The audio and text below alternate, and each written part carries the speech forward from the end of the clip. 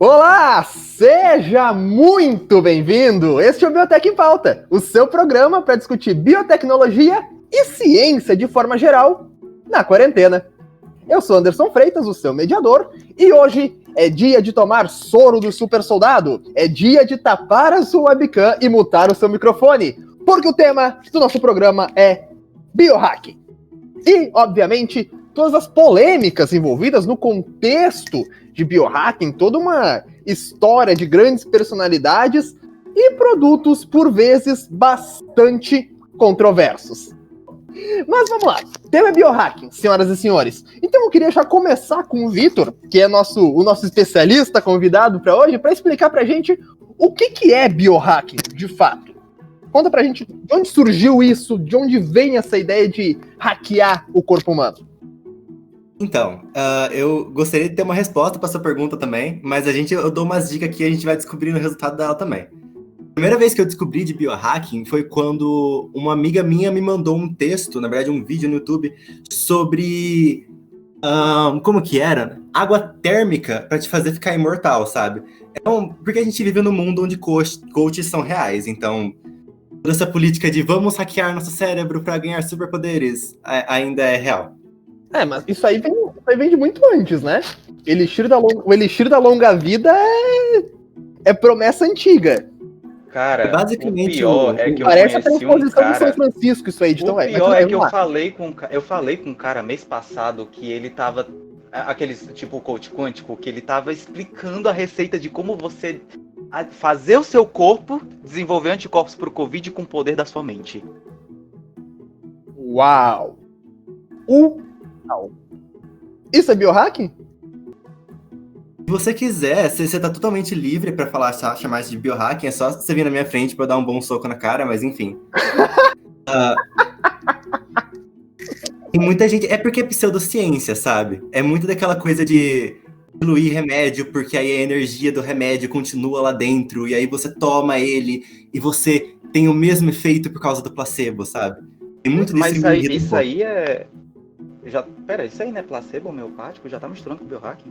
Não, para placebo e homeopatia são coisas diferentes.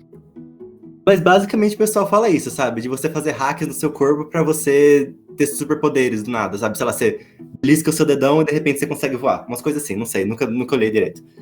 Só que o que eu vim falar aqui pra hoje, é pelo menos o que eu considero realmente biohacking, é mais pra questão da biologia e da biotecnologia, voltados pra abertura dela, do do it yourself, faça você mesmo. Ou pelo menos faça com os outros. A ideia principal dela é de retirar essa tecnologia que está na mão das empresas, das corporações e das universidades e trazer para que cada uma pessoa consiga fazer ela na garagem da sua casa, sabe? Não é à toa que é chamada de biologia de garagem. Quando você fala com muitos biohackers, eles basicamente falam da transformação dos hackings que o Bill Gates trouxe. E antigamente, todo mundo que tinha computadores eram esses aeroportos gigantescos e os governos e tudo mais que usavam para usar em batalhas e computar dados gigantescos, até que chegou um hacker de garagem lá e começou a introduzir o conceito de um computador privado. Então eles basicamente tentam trazer a ideia para o cotidiano disso, de fazer biologia para você mesmo, do do it yourself. E aí, isso tem partes boas, mas também tem partes perigosas. Por exemplo, na questão das partes mais boas, o que a gente pode falar? A gente tem a liberação e democratização da ciência.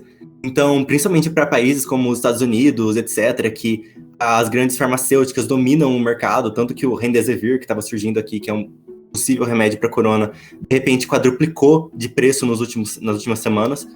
Então, você tem todo esse potencial para conseguir trazer a ciência para o cotidiano e colocar na mão das pessoas, socialismo e aí.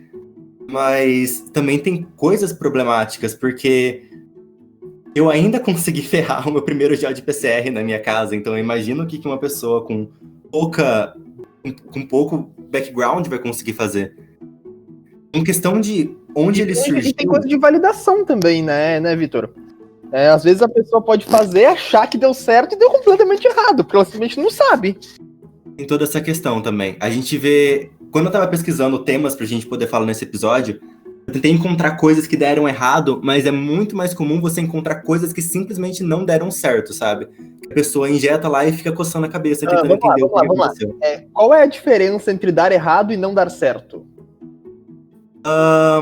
Então, a gente tem um exemplo bem claro de um cara que ele estava tentando usar, não sei se eu posso falar nome, mas por via das dúvidas, né? Vamos deixar quietinhos, que eu não gosto de processos.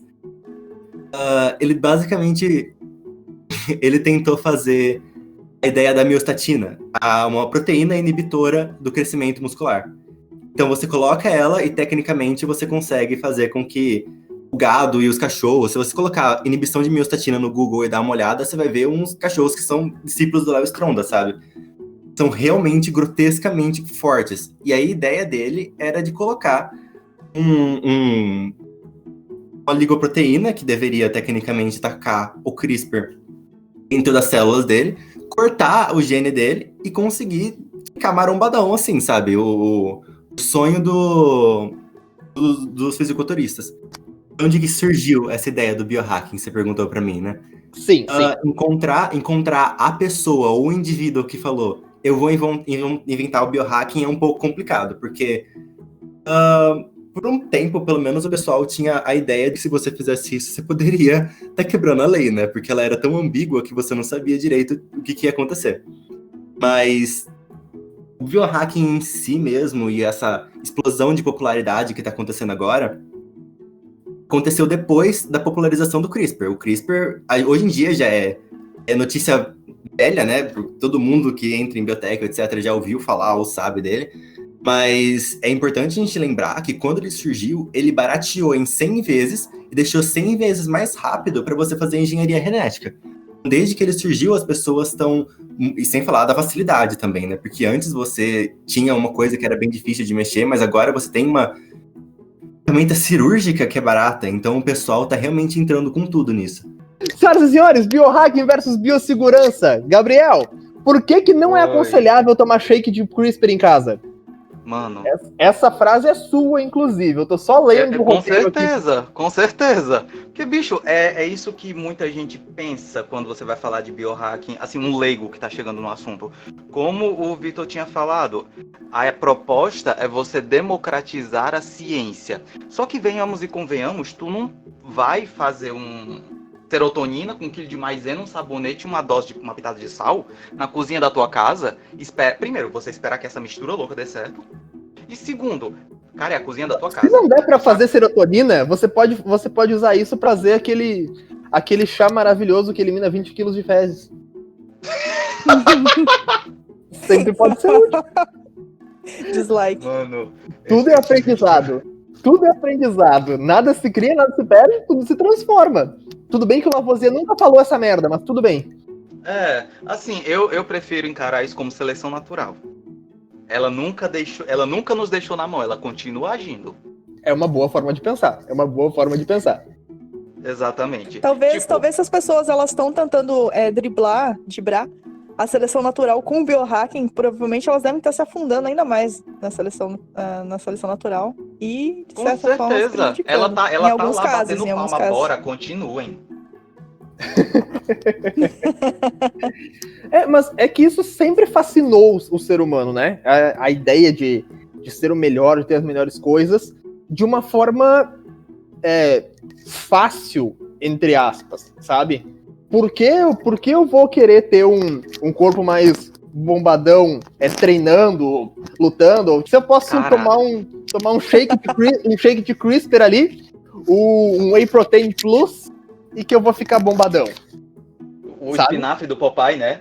Tá entrando nas ondas das transhumanistas blogueirinhas assim, já vai precisar de mais 1 hora de episódio, que tem toda uma problemática por trás. Meu pai eterno, não vamos falar disso não, pelo amor de Deus, que eu me estresso. Eu já lembro logo do negócio lá pra estética. Mas, enfim, se estressando, Gabriel, mas tu nem a minha frase é eu tô estressado. Sim, essa questão da biossegurança, cara. Porque, se você no laboratório, com condições controladas, com material esterilizado, com ambiente limpo, você ainda pode perder uma amostra porque ela foi contaminada, sei lá, pelo espirro da pessoa que estava passando do teu lado. Quiçá em casa, em que você não sabe qual dos seus 3 irmãos ou dos avós que bebeu naquele copo que tu tá fazendo a mistura. A biossegurança, ela existe para garantir a qualidade de qualquer procedimento científico e a segurança também da pessoa que está fazendo aquilo ali e dos demais. Não é uma coisa que você pode descartar. Só que, obviamente, a primeira... vou fazer, sei lá, vou manter o exemplo de vocês. Vou fazer a solução do super soldado para ficar mega musculoso aqui em casa. E começa a misturar os ingredientes sem um controle do ambiente, sem um protocolo, sem condições de higienização. A probabilidade daquele experimento contaminar, dar errado, é gigantesca. E você tá injetando isso no seu braço, o primeiro a ficar dodói é você. É por isso que eu tô dizendo, a seleção natural, ela nunca nos abandonou. Ela tá só assistindo, batendo palma. E assim, Gente, agora eu lembrei de uma coisa. As meninas superpoderosas foram criadas assim, né? Caramba! Então, elas foram um acidente, porque o professor Otônio tinha um laboratório. O nome de professor, o título professor não era auto-intitulado como doutor, não, ele era um cientista, de fato. você Eu falou descobri de onde que veio minhas tendências para biohacking. Obrigado, Flávio. Por nada. E assim, esse tem mais um ponto também que é importante nisso. Na ciência você precisa ter uma coisa chamada reprodutibilidade. É uma das bases do método científico. Se você misturou no olho as coisas, você não sabe se quando você fizer de novo vai dar certo de novo. Então, tipo, deu 3 xícaras de ácido clorídrico. 2 tiquinhos assim de Duas colheres de cloreto, sopa 2 de tiquinhos de água. cloreto.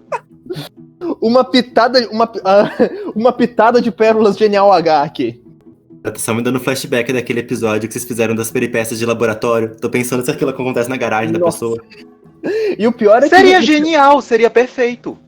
E o pior é que a gente tem coisas novas pra contar, né, Flávia? Sim, sim. Mas tá, segue o baile. Jimmy Armstrong, Jurassic Park, o que ele tem pra nós?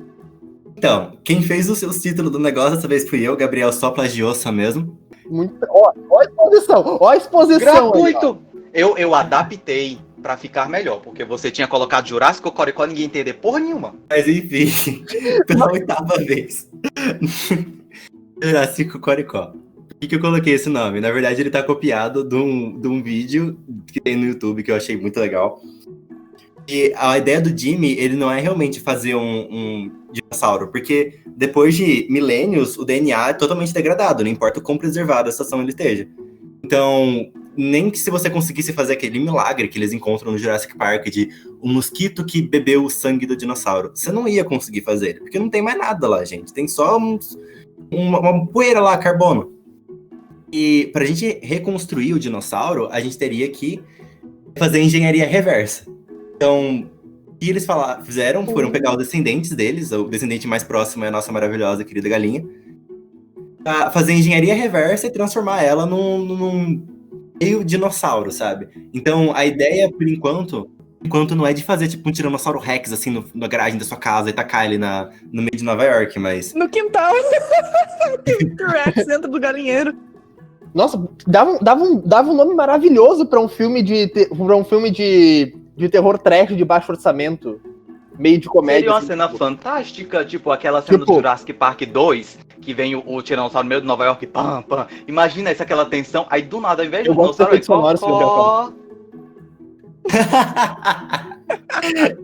Eu só tenho dó da galinha só, sabe? Espero que a cloaca seja flexível. É verdade. Isso é um pouco contraditório, porque a ideia é fazer várias gerações que vão progressivamente tendo pequenas alterações, e cada geração vai acumular mais e mais gerações e passar para a próxima, sabe? Porque aí você começa com, por exemplo... basicamente. Só que aí você é assistido com um homem, em vez de demorar milhões de anos, você tem uma geração cada uma. Então a cada 4, 3 meses você consegue ter uma próxima mais próxima. Aí o que você faz? Seleciona o gene que faz dente crescer no bico da galinha, isso já existe, tem galinhas que têm dentes nela, é uma coisa absurda, eu adorei, tive pesadelos também. Chama ganso. Não, tem algumas aves que tem algumas aves. Vai selecionando certas coisas para ir modificando ela, você aumenta o tamanho, você faz a perna dela ficar mais parecida com o dinossauro, você muda a posição da asa, você muda a disposição das penas, aumenta o pescoço dela, muda a posição do olho para ficar de olho de predador. Entendeu? E aí você basicamente vai fazer um galinhossauro na quintal da tua casa. E aí a Cara, eu achei genial. justificativa que eles encontraram, assim, né? Porque, sem dúvida, o motivo do estudo não é criar um dinossauro, pessoal. As galinhas são decompositórias, né? Você pode tacar um monte de coisa, são onívoras, você taca um monte de coisa, elas comem. Aí a ideia deles, assim, que inocentemente eles estão pensando em fazer um decompositor onívoro maior, né? Você faz ela crescer e tudo mais, aí ela consegue comer mais comida que sobra, né? Aí você não desperdiça. Inclusive os donos, né? E aí você pode ter uma coxa de galinha de, sei lá, 2 quilos. Bem, Amém. mas eu vou admitir que um sonho de criança é saber qual que é o gosto de dinossauro, né? Então, Galinha. Galinha. E encerramos por aqui. Você, amigo ouvinte, fique bem, fique em casa, se cuide de você, cuide da sua família, porque isso é o mais importante. Grande abraço e até a próxima.